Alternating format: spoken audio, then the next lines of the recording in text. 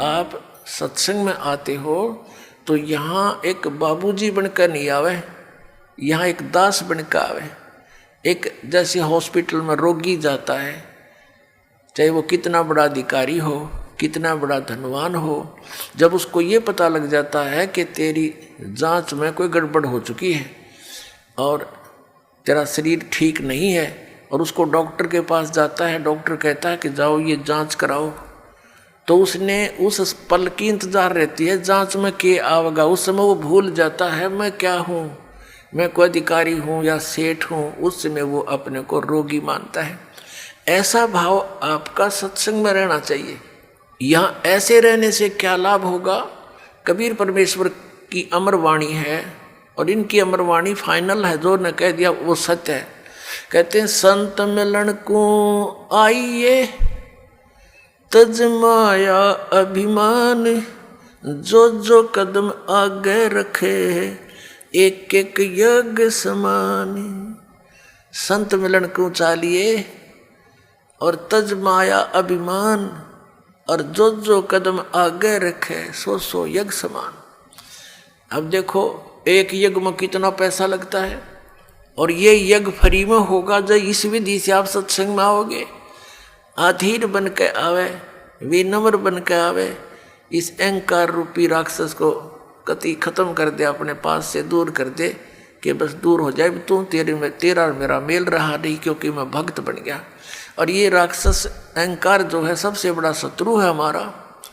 जैसे रावण ने भगवान शिव की भक्ति की, भक्ति इतनी की कोई कर नहीं सकता, शीश यहाँ से काट कर शीश चढ़ा दिया, 10 हाथ और सिर, और वापस प्राप्त हुए, लेकिन अहंकार नहीं गया। तो जैसी राहत भगवान शिव से मिलनी थी वह बिना प्राप्त हुई, उस अहंकार के कारण कुत्याली मौत मारा गया और राक्षस कहलाया।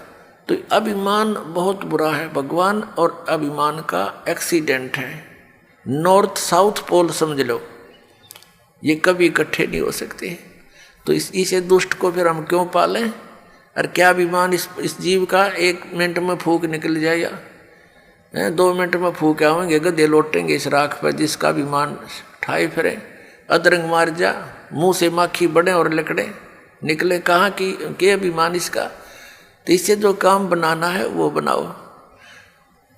और जैसे भी आप सत्संग में आते हो, जैसी जिससे कुछ हो सकता है सेवा की चेष्टा करने की, कोई बर्तन साफ कर ले, कि भोजन भंडारे में मदद करवावे, कि तब मैट बिछवावे। तो इस तरह की जो सेवा होती है, और बूढ़े बुजुर्ग बीमार यहाँ ज़्यादा आते हैं, उनको प्यार दे, सहयोग दे, उनकी मदद करे, तो इस तरह के से आपके पुण्य बढ़ेंगे, आत्मा में एक नम्रता आएगी।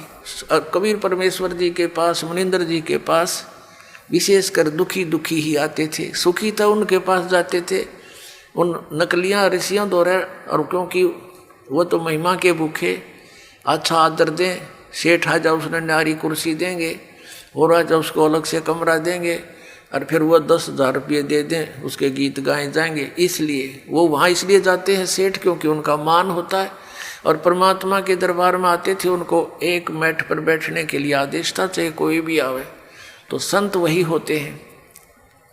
और वहाँ कोई आदर सत्कार नहीं था किसी का, और अनादर भी नहीं था किसी का, क्योंकि वहाँ विद्यार्थी टाइप में भगत होते हैं, और टीचर जो है वो आध्यात्मिक गुरु जो होता है वो आध्यात्मिक टीचर होता है। बूढ़े बुजुर्ग रोगी का की मदद करनी चाहिए, नफरत नहीं करें।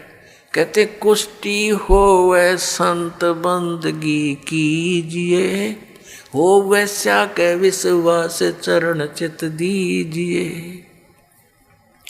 परमात्मा सलाह देते हैं, हमें बताते हैं कि यदि भक्त का कोढ़ भी लगा हुआ, कुष्ठ रोग भी लगा हुआ हो, मक्खियाँ भिनक रही हो, उससे नफरत ना करना, उसकी मदद करना, बल्कि जितनी हो सकती है। कुष्टी होवे संत बंदगी कीजिए, भगत को प्रणाम कीजिए, आपस में एक दूसरे को सत्साहेब, उसे नफरत करके मुंह फोड़ कर नहीं जाना चाहिए। और होवे स्या के विश्वास चरण चित दीजिए। यदि किसी बहन कोई अपने क्रमवश गणिका भी बन गई है, वैसा भी वर्ती कर रही है और वो सत्संग में आ जाती है, कहते हैं उससे भी नफरत ना करना, उसको भी साधु जानना। क्योंकि हम सभी ऐसे स्थान पर रह रहे हैं, ना जाने कब कौन के गलती कर बैठे, और हम क्या करते हैं, अपने दोषों को ना देखकर दूसरे को के थोड़े दोष को भी घना बनाकर नफरत करते हैं। यह भी हमारी अज्ञानता का ही कारण है।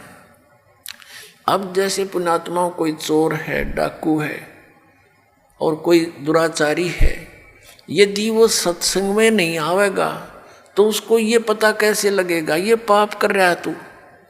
जिस कर्म जिस क्षेत्र में वो रहता, वो तो वो वहाँ उस माहौल में तो फंसा हुआ है, उसी से तो बिगड़ता ही जा रहा है। अब जैसे मैला कपड़ा हो गया तो वो जल के निकट नहीं आवेगा, साबुन प्रयोग नहीं होगा उस पर,